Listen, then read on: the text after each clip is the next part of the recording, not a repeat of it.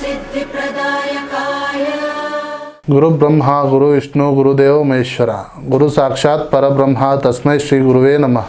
ನಮಸ್ಕಾರ. ನಾನು ನಿಮ್ಮ ಪಂಡಿತ್ ಲೋಕನಾಥ್ ಭಟ್ ಮಾಡುತ್ತಿರುವಂತಹ ನಮಸ್ಕಾರಗಳು. ಇವತ್ತಿನ ವಿಡಿಯೋದಲ್ಲಿ ವೃಶ್ಚಿಕ ರಾಶಿಯ ಏಪ್ರಿಲ್ ತಿಂಗಳ ಮಾಸ ಭವಿಷ್ಯವನ್ನು ತಿಳಿಸಿಕೊಡ್ತಾ ಇದ್ದೇನೆ.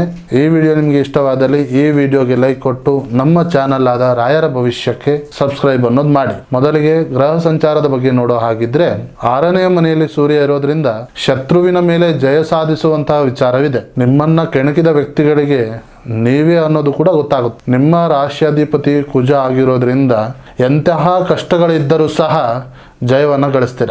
5ನೇ ಮನೆಯಲ್ಲಿ ರಾಹು ಇರೋದ್ರಿಂದ ಸಣ್ಣ ಪುಟ್ಟ ಕನ್ಫ್ಯೂಷನ್ಸ್ ಅನ್ನೋದು ಇರುತ್ತದೆ. ಇನ್ನು ವೃತ್ತಿ ಹಾಗೂ ಉದ್ಯೋಗದ ಬಗ್ಗೆ ನೋಡೋ ಹಾಗಿದ್ರೆ ಆಫೀಸಿನಲ್ಲಿ ನಿಮ್ಮ ಮೇಲೆ ಹಾಕಿದಂತಹ ಪಿತೂರಿಗಳು ದೂರವಾಗುತ್ತದೆ.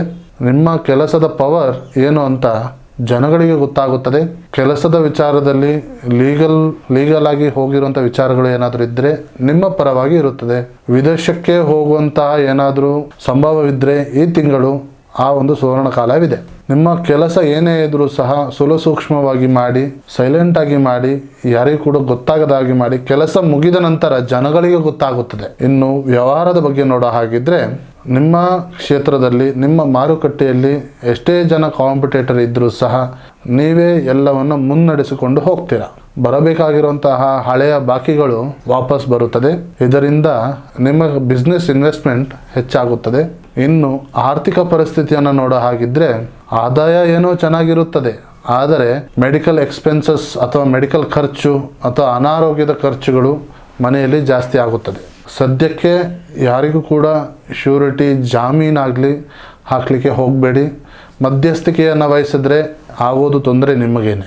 ಈ ತಿಂಗಳು ಹಣವನ್ನು ಸೇವಿಂಗ್ಸ್ ಅನ್ನೋದು ಮಾಡಿ, ತಿಂಗಳ ಕೊನೆಯಲ್ಲಿ ಆ ದುಡ್ಡು ನಿಮಗೆ ಲಾಭವನ್ನು ತಂದುಕೊಡುತ್ತದೆ. ಇನ್ನು ಪ್ರೀತಿ ಹಾಗೂ ಕುಟುಂಬದ ಬಗ್ಗೆ ನೋಡೋ ಹಾಗಿದ್ರೆ ಸಣ್ಣ ಪುಟ್ಟ ವಿಚಾರಕ್ಕೆ ವಾದ ವಿವಾದ ಆಗ್ಬಹುದು. ತಾಳ್ಮೆಯಿಂದ ಇರೋದು ತುಂಬ ಮುಖ್ಯ. ಏನೇ ಆದರೂ ಸಹ ಪತಿ ಹಾಗೂ ಪತ್ನಿ ತುಂಬ ಗಟ್ಟಿಯಾಗಿ ನಿಲ್ತಾರೆ.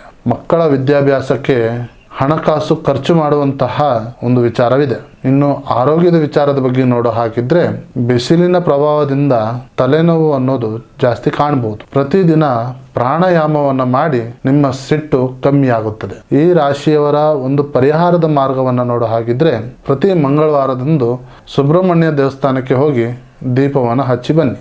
ಕೆಂಪು ಬಣ್ಣದ ಹಣ್ಣು ಹಾಗೂ ಹೂಗಳನ್ನು ದೇವರಿಗೆ ಅರ್ಪಿಸಿ ಓಂ ಕುಜಾಯ ನಮಃ ಅಂತ ಹೇಳಿ ಮಂತ್ರವನ್ನು ಪಠನೆ ಮಾಡಿ. ಸೊ ಒಟ್ಟಾರೆ ಇದಾಗಿದ್ದು ವೃಶ್ಚಿಕ ರಾಶಿಯ ಏಪ್ರಿಲ್ ತಿಂಗಳ ಮಾಸ ಭವಿಷ್ಯ. ಈ ವಿಡಿಯೋ ನಿಮಗೆ ಇಷ್ಟವಾದಲ್ಲಿ ಈ ವಿಡಿಯೋ ಲೈಕ್ ಕೊಟ್ಟು ನಮ್ಮ ಚಾನಲ್ ಆದ ರಾಯರ ಭವಿಷ್ಯಕ್ಕೆ ಸಬ್ಸ್ಕ್ರೈಬ್ ಅನ್ನೋದು ಮಾಡಿ. ಹಾಗೂ ನಿಮ್ಮ ಸಮಸ್ಯೆ ಏನೇ ಇದ್ದರೂ ಸಹ ನೇರವಾಗಿ ಬಂದು ಭೇಟಿಯಾಗಿ ಅಥವಾ ಈ ಕೆಳಕಂಡ ನಂಬರಿಗೆ ಕರೆ ಮಾಡಿ. ಧನ್ಯವಾದಗಳು.